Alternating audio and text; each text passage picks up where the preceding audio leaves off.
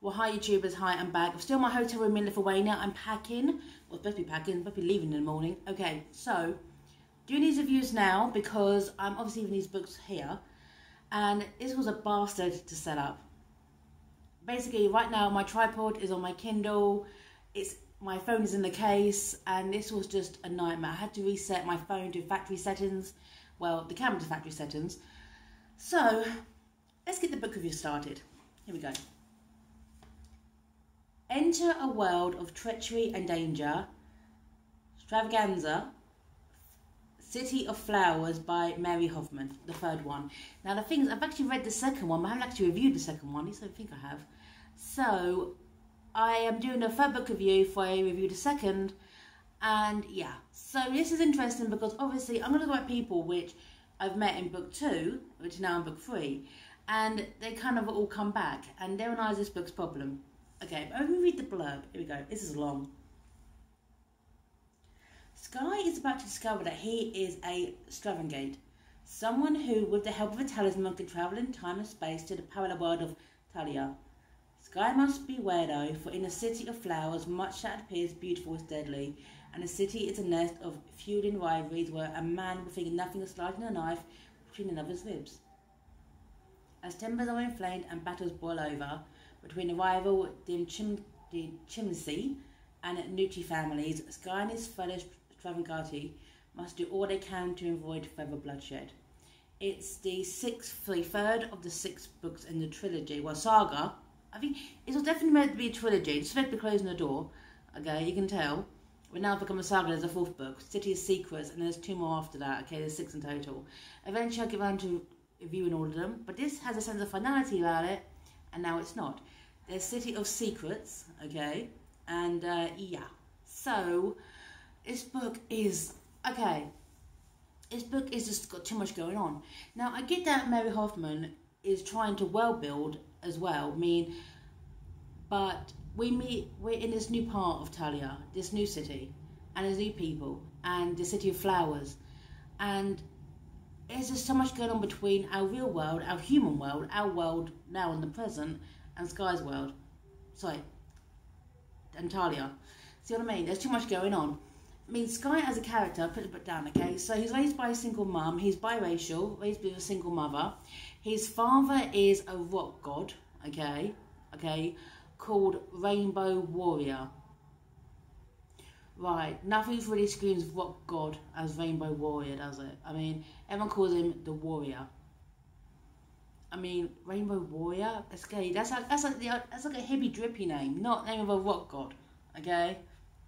Axl Rose is the name of a rock god. Alice Cooper is a rock god.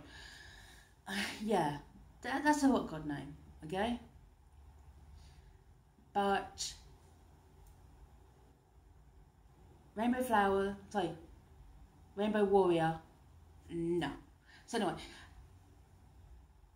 Sky's father is absent in his life, so he's raised by a single mum. To later on, his father comes back into it. Isn't spoiling this here. And then Sky gets his magical talisman, a little flower bottle, if you will. And suddenly, boom, he's a Stravaganza, and he's in Thalia, and he has to sort shit out. Then lies the problem with these books. Now, I absolutely love the books, but it kind of, after 3 books, it's kind of a little bit cliche, okay, with the people of Thalia can't sort their shit out. So basically, humans from another time and dimension have to come through to kind of do it for them. You know? Yes. Let's just read some of it, okay? Okay, here we go. Because this is also where we get to know more about the characters who we met in book 2, being Nicholas and Georgia. Here you go. Now, Nicholas, okay, or Falco, or Falco, was in Thalia. He was crippled. He was disabled in an accident. And so he was brought through the vortex and died in Thalia, and now lives in the human world, the real world, with Lucian, okay, who died himself, okay, and was stuck in Thalia. His parents, he's a foster son, okay. Now this is now we meet Nicholas Duke. Nicholas Duke was a school fencing champion. He was legendary in Barnsby Comprehensive, having arrived at the beginning of year 9 with a twisted leg and able to walk only with crutches. Several operations, months of physiotherapy, and a punishing training program in the gym have resulted in a growth spurt, an athletic frame, and a grace of movement that you are not being unbelievable a year and a half ago. So I try not to laugh. So basically, Nick's become a god, okay? He become a stud. Basically, everyone wants Nick. Everyone has started taking offence because they all fancy Nick, but Nick fancies Georgia. But Georgia fancies Lucian, okay? Or Lucian, yeah. Who is in love with Ariana, the Duchess. Everyone call up, okay?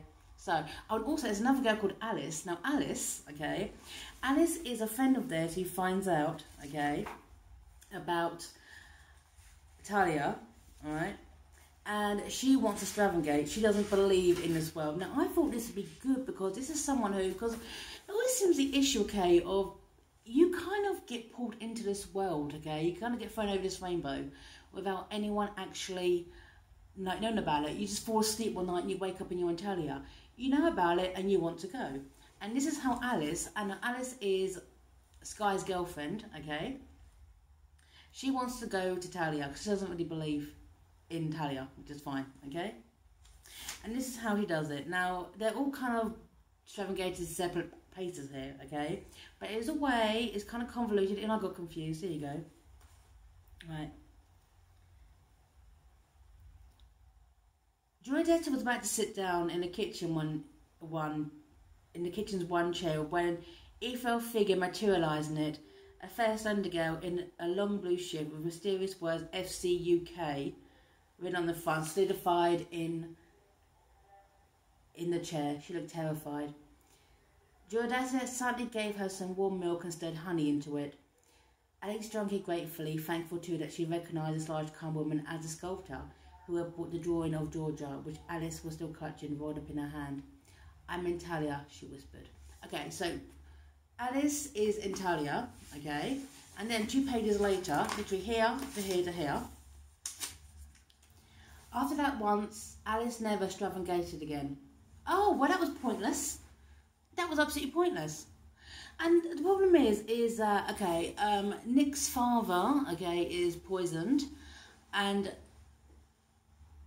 Nick Falco wants to go home. He wants to go back to Talia, even though he's dead in that world. He's dead in that world, okay? And he's also now got foster parents who are grieving for their son Lucius, who is dead in our world and now is like in Talia. You know when you, and there's just too much going on. I mean, this bit here, okay? After the next few weeks, tensions rose in Giglia, okay? There were no more deaths, but plenty of fights between the Nishi and the Chimchi factions. It wasn't just family members. The majority of the city took sides of one kind or the other. Over the generations, hundreds of people had owed their livelihoods to one of the 2 warring families. Now here lies the problem with the book. There's too much going on. And okay, but there's a glossary at the back. There's a glossary at the back, okay, of people. Dramatis persona. Here you go, that's it. Okay. And that's it. Yeah, there's too many people. And all the names sound the same, they've all got Italian names. I mean, there's one character who is Ariana's servant called Barbara, and I almost cheered, oh my god, a normal name. A typical, traditionally British name, because everyone's got Italian sounding names. And Ariana herself, who's now the Duchess, okay, while her mother is pretending to be dead, fine, okay, she is now being pursued to become like the grand total Duchess of all and basically become someone's Duchessa. And there's too much going on. I just did not know what the hell was going on. You know when you read a book and you've got no idea what the hell. I mean, it's even got at the back people's family trees. The Timothy family tree, early 1579. It has a family tree, for God's sake. Now, I get Mary Hoffman. She's written so many books, okay? She's trying to be epic, okay? But I just needed a bit more condensed. I mean, the last book, City of Stars, and I will get to that, actually read it eventually, was a bit more condensed. This is just all over the place. There's a war going on, there's factions, and I just can't understand why they need these Stravangati to actually sort their shit out for them. So these Talmans appear and you've got this big purpose, okay, because this like Elizabethan guy, okay, William at Denfridge, Elizabethan who discovered the art of Stravagation, basically, you know, calls forth for the chosen ones. What the hell is he, Captain Planet? Okay, So, and also this bit here, okay, is that we meet people who are Stravaganza from their world into our world. Here we go. Brother Sulian and a Judati male, okay, they basically go the other way. All over the place. It's all over the place. And I could not get into it. So anyway. And the worst thing is that this is supposed to be Sky's story, okay? Sky and his absent father, Rainbow Warrior, okay? Sky with his mum who's got ME, she's tired all the time. Sky and his love life. Sky felt pushed out of the story. Unlike Georgia or Lucian, now Lucian was dying in the first one, okay? Focus was all on him. In the second one, Georgia basically shared the book with Falco, or now Nicholas Falco, okay? He was pushed out of it. He was pushed out of his own story. And it was just all over the place, and I just could not get into it, and I even actually finished it. So anyway, I'm not recommending this book, but as a sense of completion, it's good, but there's going to be another one as well, and it ends with a certain character who has to wear a mask because she's an unmarried woman thrown off the mask. Here you go. Yeah, love story sorted. Sign off here, and bye now.